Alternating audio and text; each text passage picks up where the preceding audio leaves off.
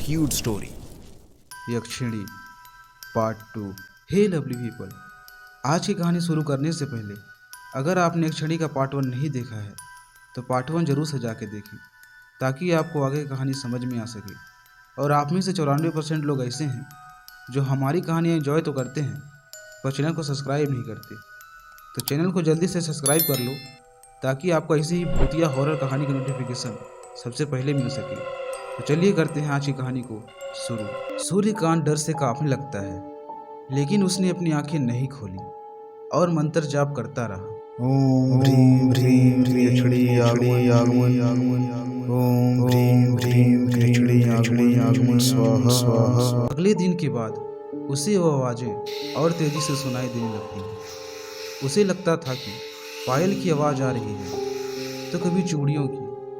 उसे लगता था कि उसकी पीठ पर कोई नाखून से खरोच रहा है। कुछ महीने के बाद वो अपने बड़े से बंगले में बैठे सूर्यकांत शून्य से ताके जा रहा था। उसके हाथ में सिगरेट थी। बीच बीच में एक कस लगाता, फिर वो कहीं खो जाता। सब कुछ तो पा लिया है मैंने, यही सब तो चाहिए था ना, लेकिन फिर भी यह अशांति कैसी है। मेरे मन में क्यों ऐसा लगता है कि मेरी जेबें भरी हैं फिर भी मैं खाली हूँ। ऐसा ही खालीपन जब कुछ महीने पहले था।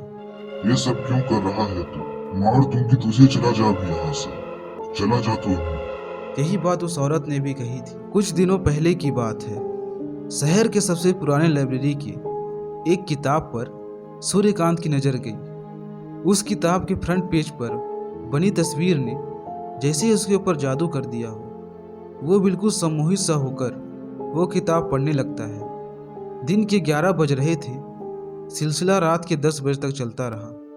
सूर्यकांत तो उस किताब की एक एक लाइन को जैसे जैसे पढ़ते जा रहा था, उस किताब के लिए उसका आकर्षण बढ़ता ही जा रहा था। रात के 10 बज गए थे। 2 दिन हो गए लोग उस लाइब्रेरी में थे। लाइब्रेरियन बार बार लाइब्रेरी की टिक टिक करती घड़ी को देख रहा था। उसका बस चलता तो वह खुद घड़ी के कांटे को अपने हाथों से बढ़ाकर 10:30 बजा देता, क्योंकि 10:30 बजे के बाद लाइब्रेरी का बंद होने का समय होता है।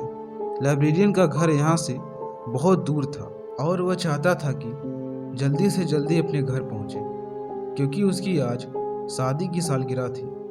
सूर्यकांत किताब में डूबा हुआ था। तभी उसके मोबाइल फ़ोन पर एक घंटी बजी। उसने फ़ोन की ओर देखा तो उसमें लिखा आ रहा था नागपाल कॉलिंग।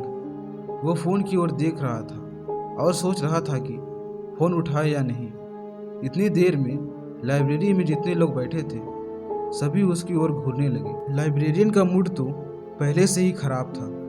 उसने भी सूर्यकांत की ओर गुस्से से देखा और इशारे में उसने लाइब्रेरी के उस बोर्ड की तरफ देखने के लिए बोला जिसमें लिखा था लाइब्रेरी में फ़ोन को स्विच ऑफ रखें या साइलेंट मोड में रखें। आंखों ही आंखों में उसने सॉरी कहा और फ़ोन लेकर लाइब्रेरी के बाहर आ गया।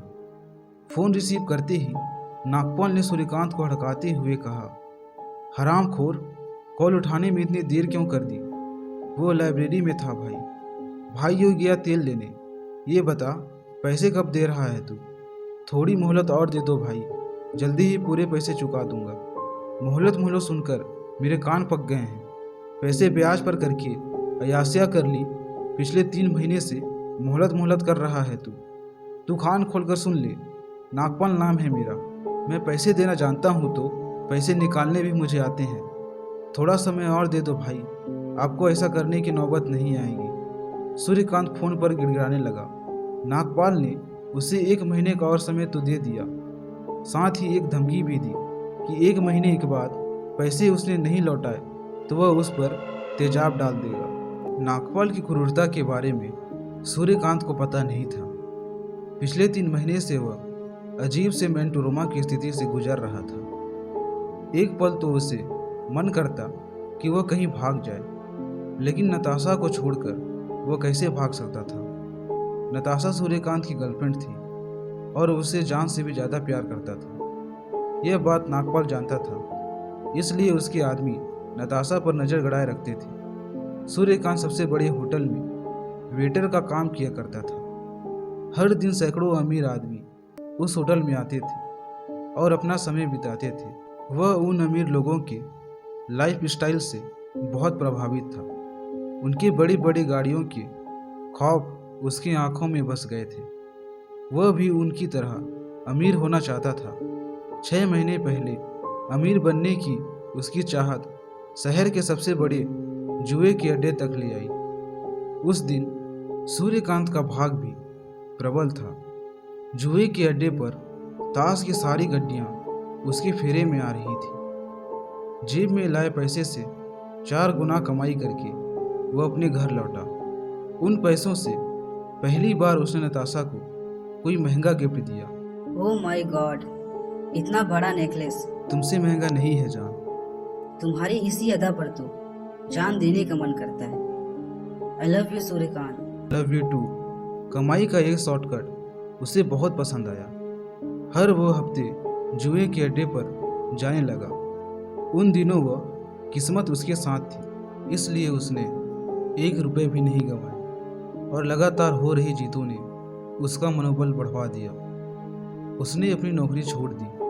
हालांकि उसने नताशा को कभी ये नहीं बताया कि उसने नौकरी क्यों छोड़ी। उसने सिर्फ ये बोला कि वह कोई बिजनेस कर रहा है। उसे एक तरफ से घमंड हो गया था कि ताश के पत्ते तो उसके गुलाम हैं। वह हर बाजी जीतेगा, लेकिन हर बार जुए में जीतना भी संभव नहीं था। एक बार हारने का जो सिलसिला शुरू हुआ तो उसने अपनी सारी जमा पूंजी हार गया। तब उसने उधार लेकर जुआ खेलना शुरू कर दिया। पहले तो थोड़े पैसे उधार लिए, धीरे धीरे यह रकम 5 लाख तक पहुंच गई और उसी पैसे के लिए नागपाल उसे बार बार धमकी दे रहा था।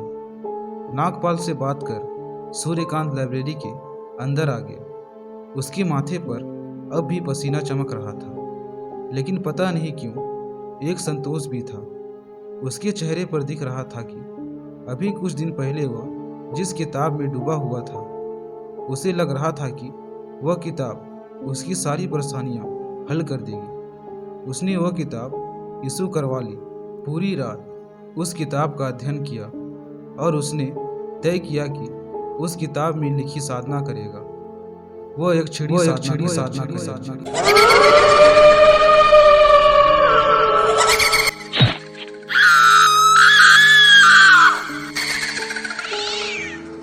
और अपनी सारी मुसीबतों से ना सिर्फ पीछा छुड़ाएगा, बल्कि शहर का सबसे अमीर आदमी भी बनेगा। सूर्यकांत के सारे कर्ज उतर गए थे।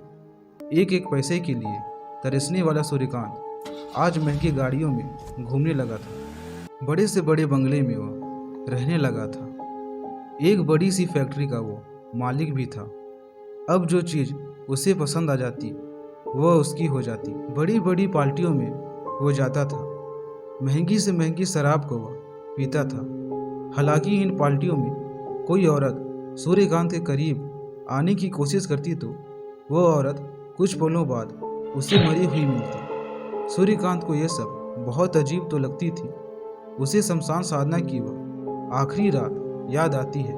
यह उसके साधना का 41वां दिन था जब एक छड़ी उसके सामने प्रकट होती है। उसके आने के बाद वहाँ इतनी रोशनी प्रकट हुई कि सूर्यकांत की आंखें चौंधिया गई। फिर भी उसने अपनी आंखें खोली। यक्षिणी ने उससे कहा, सूर्यकांत, मैं आ गया हूँ, अपनी साधना समाप्त करो। सूर्यकांत ने जब अपनी आंखें खोली तो सामने खड़ी औरत को देखता ही रह गया। इतनी सुंदर औरत ना तो उसने कहीं देखी थी और ना ही उसे इस औरत के बारे में कहीं सुना था। अगर आपको ये स्टोरी अच्छा लगा हो तो हमारे चैनल हॉरर स्टोरी को सब्सक्राइब करना बिल्कुल ना भूलें और बेल आइकन को ऑल पे सेट कर लें ताकि रूह कांप जाने वाली स्टोरी सबसे पहले आप तक पहुंच सके।